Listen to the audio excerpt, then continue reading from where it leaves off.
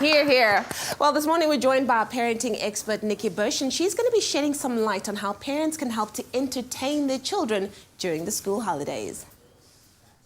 Now, earlier on this morning, we spoke about making fun out of nothing with your children this festive season. And we're back continuing that very same conversation with our regular parenting expert, Nikki Bush. So, Nikki, very interesting indeed. I love the fact that you are just kind of helping parents out there, creating fun out of nothing, you know, spending quality time with your children. But at the end of the day, I mean, what does it mean for you and your family and your children to really get together and create these nice ideas? So it's about bonding, Ewan, and it's about spending time together and about pulling ideas out from thin air. You know, we need to be a source of magic, wonder and surprise every now and again because kids are getting so used to being entertained by a screen. We have to compete against those things. So that's what we're doing when we say, for example, we're all chewing bubble gum.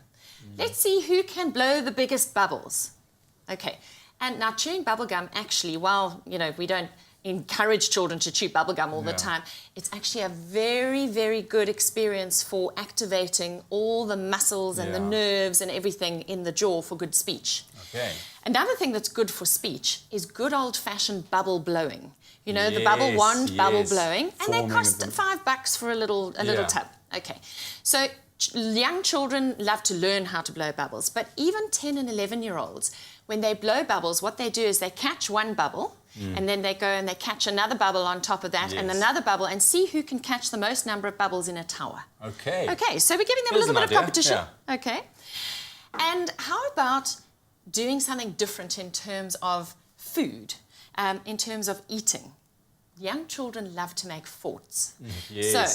So you might have a patio table or a dining room table, get all the blankets and the towels out, and you let them drape them all over the chairs and the table to create a fort. Where are you going to have your lunch? On the top of the table or underneath? In the fort. In the fort. And you know, just breaking the rules and doing something different is so entertaining for children. Those are the kinds of things when they speak at your 60th and 70th birthday parties, they're going to say, and we remember that day we ate lunch or dinner under the dining room table. And I love that. Yeah. It's really, like you mentioned, creating magic, because now just listening to what you're saying, it took me back to when I was a youngster, and my granddad, there was this big tree outside of his house, and when the wind blew, he always took us outside, and he's like, listen. And there would be music playing, and to this day, I don't know where that music came from. If it really was a tree, and I could hear magical sounds, or if he had something behind his back. But it was magical, and I spent so much time just trying to listen to this tree, and it was so basic, but I remember now as a child, how valuable that was for me and how much that memory just stuck with me. And I guess this is pretty much what we're getting at.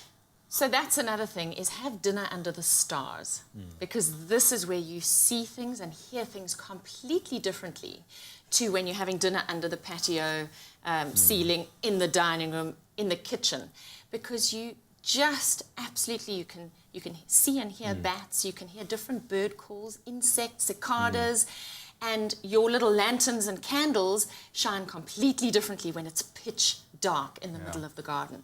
So giving children that different kind of experience, just changing it up a little bit. You know, you're not going anywhere. You're just doing it in a different place in your same old home. Exactly. And something very small that might seem insignificant to you might mean the absolute world to your youngster. Totally. And also I think it's just the fact that you're engaging and that you're present and you're absolutely focused in that moment. Oh, that's lovely. Magic. We do live in a magical world. Nikki, thank you very, very much. Well, I hope that really gave you parents some great tips out there to really spend some quality time with your youngsters over the festive season.